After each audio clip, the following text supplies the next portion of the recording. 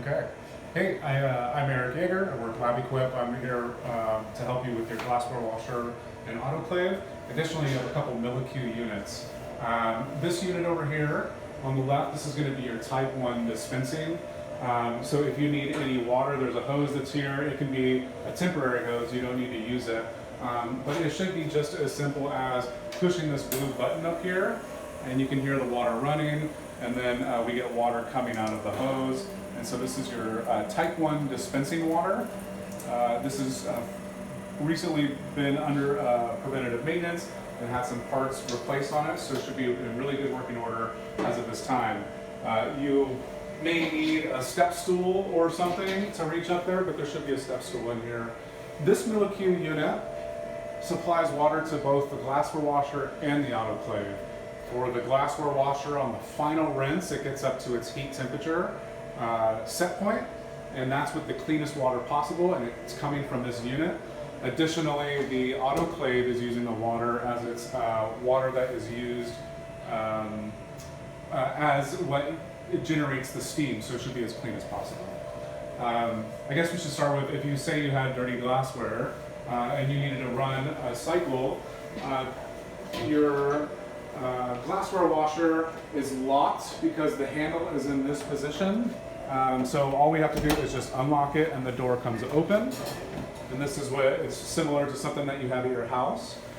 This is your bottom wash rack. You'll notice that some of these separators are missing, but that's mostly because of height. I think the other tenants had removed them, and I don't like to replace them because you'll notice that you may be running into some height issues with certain glassware, especially with this rack here installed. So it's nice to not have them on every spindle. If we have a large object, can we take that second rack out? Absolutely.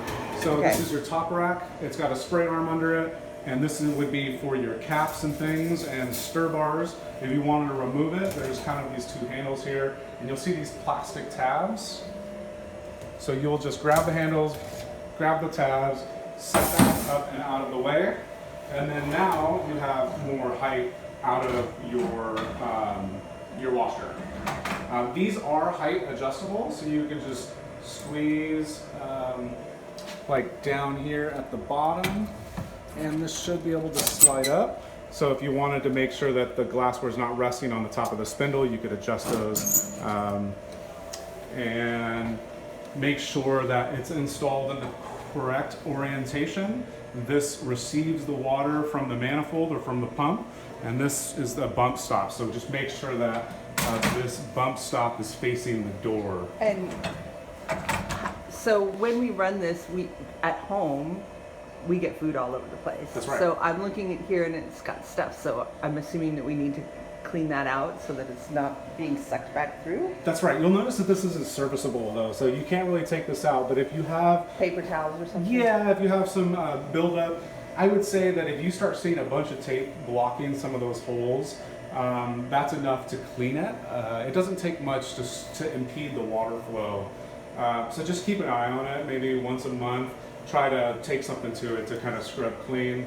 And then whenever you're loading up, say for example, this top rack is installed, just as an example.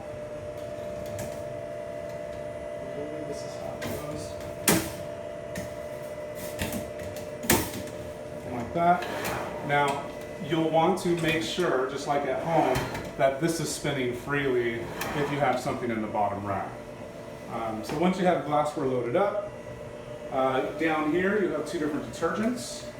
This one is like an acetic solution to knock off the grime, and this would be more of your detergent. It's a powder form, so just similar to home, powder would go in here, lock that shut. We would open this with a little quarter turn and put in a cap or two of this. Instructions are on it. And then you seal that up. We'll take and shut the door, and you'll notice that once you lock the door, the screen comes on. And how do you adjust is there like a run different cycles, or do you set the time? So you should be able to. Now, I'm not super up to speed, like privy with this, but you should be able to push through. Okay, so then that's something that we need to do separately. Let's just move on and get Sure, yeah. And then, yes, okay, here it is, sorry. So you hit display and it gives you a list. So there's a rinse only, there's plastic, glass, glass plus, science, science plus, and dry only. And then we have some user presets that we can create so our that's own all cycle. stuff we can look in And the yes, manual. and then your manual for how and what's in those cycles and how to use it, and daily maintenance you can find in here, just on the side. Awesome. So let's say that that's completed a cycle, we're done, and let's say, just for example, we want to autoclave the glassware. You'll notice that there's a lock and an unlock icon here. So obviously the handle's in the unlock position. The hinge is on the left side, so when you open it, it opens up this way. And it's a little heavy, so it kind of feels like it's locked, but it's not. So just a few things to mention. In here is your main power button, so you can shut the unit off. It's okay to leave it on because it's not maintaining any type of temperature. And there's a printer in here. The printer is up to you if you want to maintain the paper. It's really nice to have from a technician standpoint.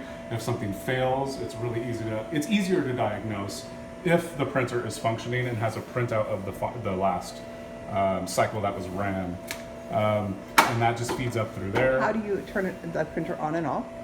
It's always on. We can Okay. go through program settings with the All right. technician password and disable it, but it's always on. It's if it runs out of paper and we don't refill it, then we won't have a readout. So, and then there's just a 3-button way to interface with the controls. You'll see that it currently says glass because it's set to glass, and I think we can just push this down, and now it says liquid B, waste cooling. Liquid A, cooling. Liquid B, waste. So, and then plastic, and then back to glass. So, And again, we'll use the manual to figure those out. yeah, you'll see though, like, so I hear that we're going to be autoclaving media and things, so we'll probably want this on liquid A. We have it set to 121 Celsius. We could probably bump that up 2 degrees to ensure that it's staying above 121. And then your sterilization time should be adjusted based on the largest volume of liquid in a container. So I have a little chart that I can probably send you if you'd like. That, like if it's 1,000 liters, 1,000 milliliters, then it's going to be X amount of time, kind of thing. And so if your largest bottle is 1,000 milliliters, then you'll want to set your time to that.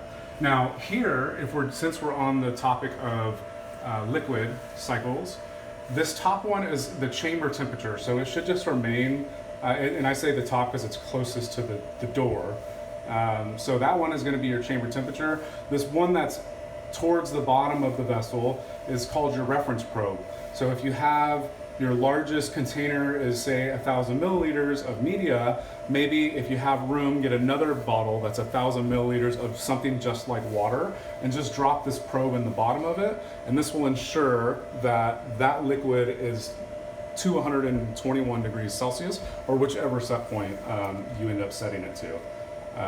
So that will be great for your media. If you have something like packs or you're just autoclaving glassware or something along those lines, you don't need to worry about these temperature probes.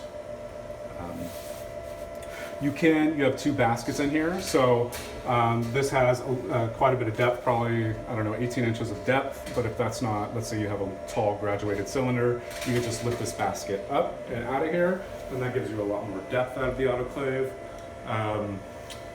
For end users, we talked earlier about if there was a spill, I would suggest finding some sort of autoclavable tray that fits in here that you can put your bottles in so that if there's any overflow, it doesn't go into the bottom of the vessel.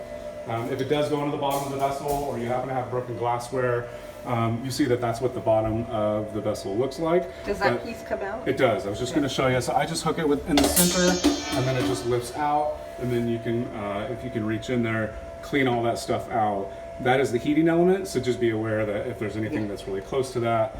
And so if I was cleaning this and I needed to like purge stuff, if I dump water in there, it's going to go out through the drain?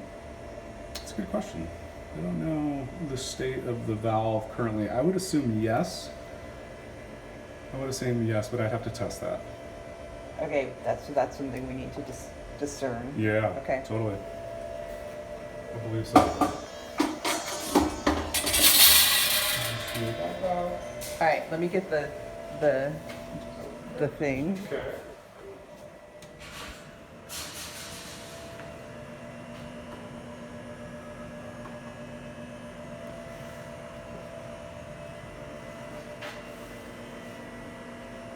Here, I'm gonna put it so it's centered. Put it in the middle.